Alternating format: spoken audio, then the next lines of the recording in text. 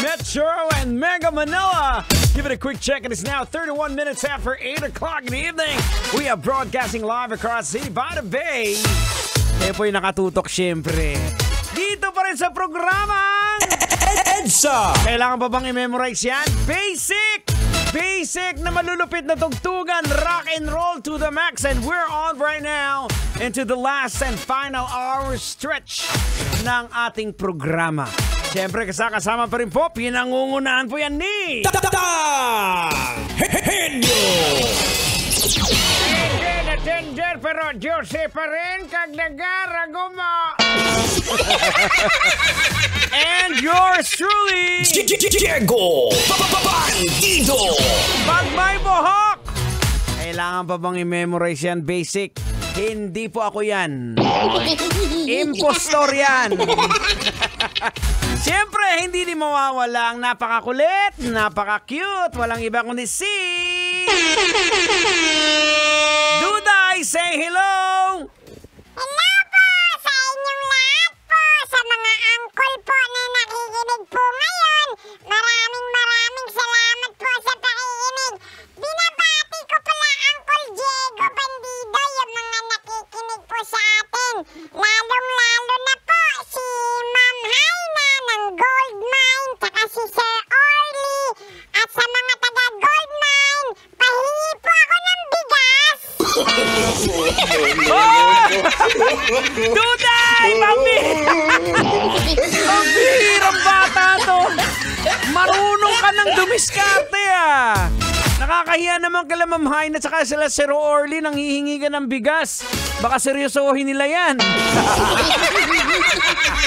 Oy, Goldmine family natin, maraming salamat. Laging nakatutok yan. Sir Orly and Ma'am Haina, ayan, maraming salamat. At mabuhay po kayong lahat. Ito, hindi na natin patatagalin. Pag-usapan na natin to. World's oldest conjoined twins na sina George and Lori. Namatay na po sa edad na 62 years old. Si Lori and George po ay pinanganak po sa Pennsylvania sa USA way back on September 18, 1961. Sila po yung conjoined twins na yung head nila ay nakadikit facing the opposite directions. So, yung noo po nila nakadikit. Kumbaga, meron po silang skull na connected sa isa't isa. And they shared a blood supply and about 30% sa kanilang brain together. So, ito po yung medyo ilan sa mga rare form of conjoined twins na only makes up between 2 or 6% of cases. So, ngayon mga kabisyo, ito, logica na natin. Huwag na natin patatagalin to, Tang. Ay, sige, wag mo nang patagalin. Logican mo na yan! Logica na yan! Logica na yan! Logica na yan! Anong leksyon ang ating mapupulot? Anong aral ang ating madudukot? Boards! Kailangan ba bang i-memorize yan? Basic! Para sa lahat ang magtanong bakit nangyayari to sa kanila. Diba? Pero dito natin makikita mga kabisyon na kahit ganun po ang sitwasyon nila, hindi sila pinapabayaan ni Lord. Diba? Kita nyo, umabot po sila ng 62 years old. Wow! Diba? Samantalang may mga tao po, buo ang katawan, walang kapintasan, walang kapansanan. O diba? Maagang pumanaw. Diba? May nabalitaan nga tayo, iba, professional athlete pa. Ibig sabihin, may mga nutritionist, regular and check-up na tumitingin na mga doktor. Pero biglang napabalitaan na lang natin, nag-collapse. Now, logican po natin, bakit may mas mga, sabihin nating paralisado na mas malakas pa ang loob sa mga taong walang kapansanan? Diba? Kailangan ba bang i-memorize yan?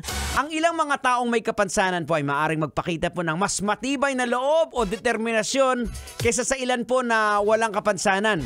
Isa po sa mga dahilan dyan ay ang kanilang pakikisalamuha po. Kanilang pakikisalamuha sa pagsubok. Ang mga taong pong may kapansanan ay madalas na humaharap po sa hamon ng buhay. Kumbaga, sanay na sila. Sanay na sila sa hirap. Alright mga kabisyo, Bilis ng oras natin. We gotta say goodbye. Thank you so much for sticking around. Ang tabayanan susunod na. Totoy na Love with Totoy Bato. This has been your friend. My name is Diego Bandido saying, whatever you do it all for the glory of God. Kailangan pa bang i-memorize yan? Love Radio. Basic!